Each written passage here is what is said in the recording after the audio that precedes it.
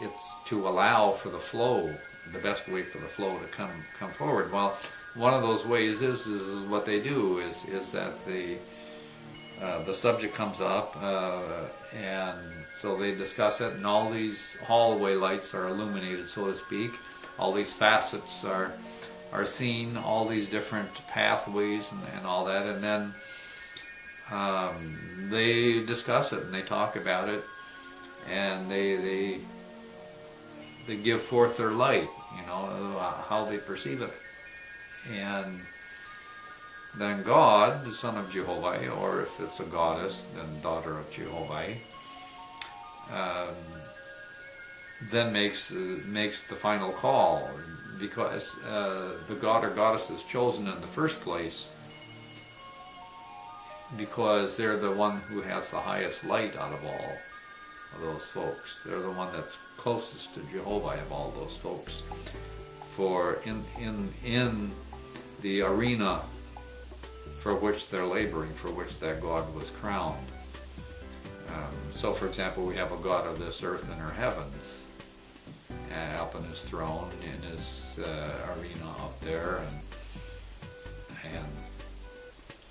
and a holy council, and his crown is for his domain or dominion is for this region, for the earth and her heavens, for a season.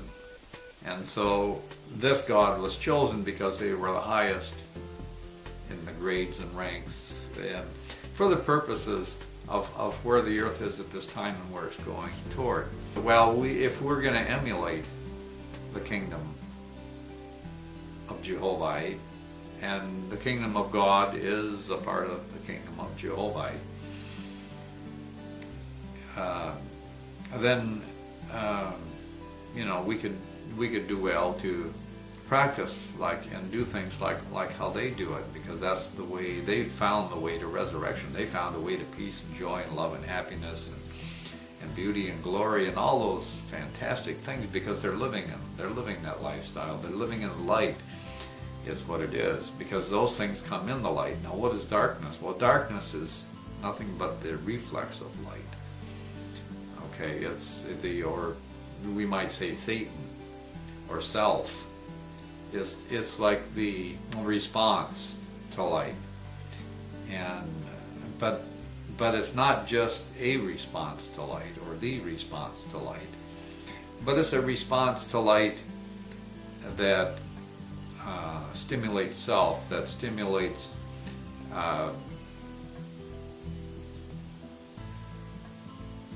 that which is for the individual's benefit at the expense of the larger group.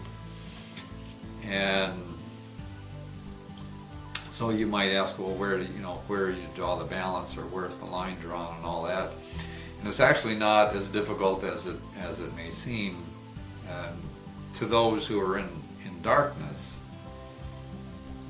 Looking out, everything looks like it's in darkness pretty much, you know, and there's little lights here and there and all that, but there's no, it's all, you know, gradations of gray, and it's very difficult to see, because one is living their life from a self-centered focus and looking outward and seeing what this means in relationship to the self here. Whereas a higher grade, which we ultimately attain to, is to, I mean, the self is the individual is still there, only there is a part of this person, which we might actually call his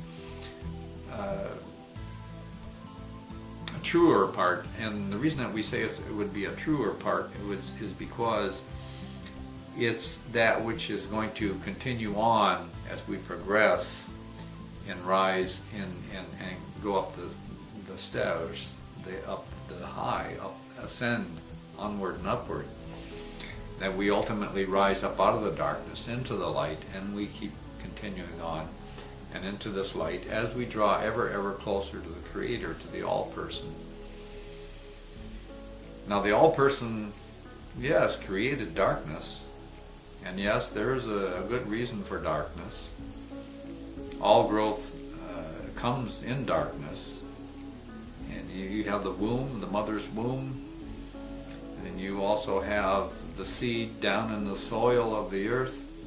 So there's a lot of representations of this, of how growth comes out of darkness. But that's just the physical growth that we were speaking of here in these representations. But there's also a spiritual growth, a spiritual.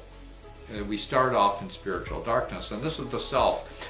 And this is, a child starts out this way, because that's where the growth has to start from. It has to start from the core of a person and down inside who they are, and that person has to learn what everything is out there in relationship to that self.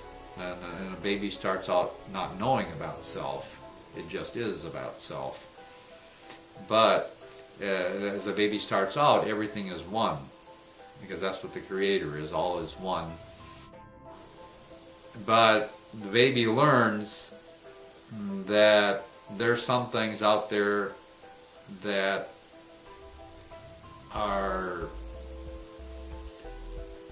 have their own way about them. They don't respond to the child per se. And so you'll have the image of the parent will come into the child's view, and the child will feel all these feelings and have a visual of some effect, and a fragrance and a touch sensation, and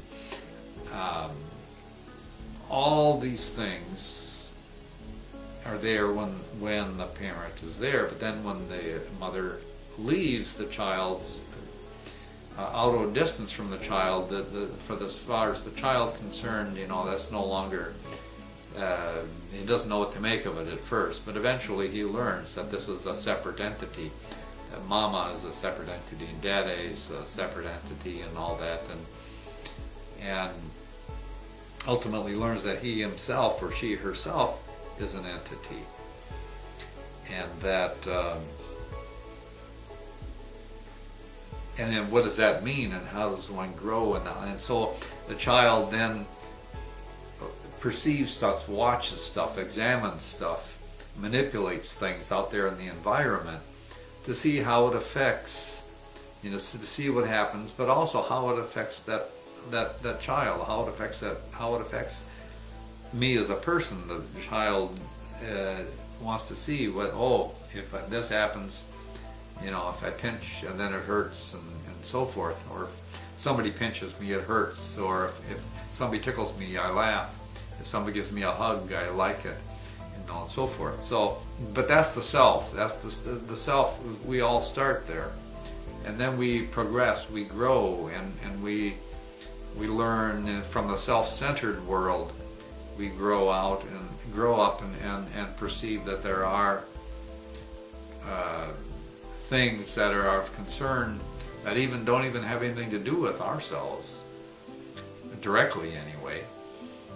And we observe our neighbors, and we might meet them occasionally and all that, but we really understand that they have separate lives, separate everything. So it's not really self-perceived, but it's a start. You see, and your brothers and your sisters, they all have their own thing that they're doing, your older brothers and sisters, and eventually a child lifts up out of this self, and that's part of this whole progression that man goes through in order to become that person of light, which they will become. But because when you're starting off with self. You're starting off in total stillness, total, I want to say, like a black field. a dark, just totally, there's no evil. No, we have to understand that darkness is not evil. Darkness is not evil, but evil hides in darkness. So evil likes those who do evil and all that. They like darkness because they can hide in it. And so, and the thing, it's just less easier to see in darkness than in light. But a person starts in this darkness because we have to learn to understand darkness.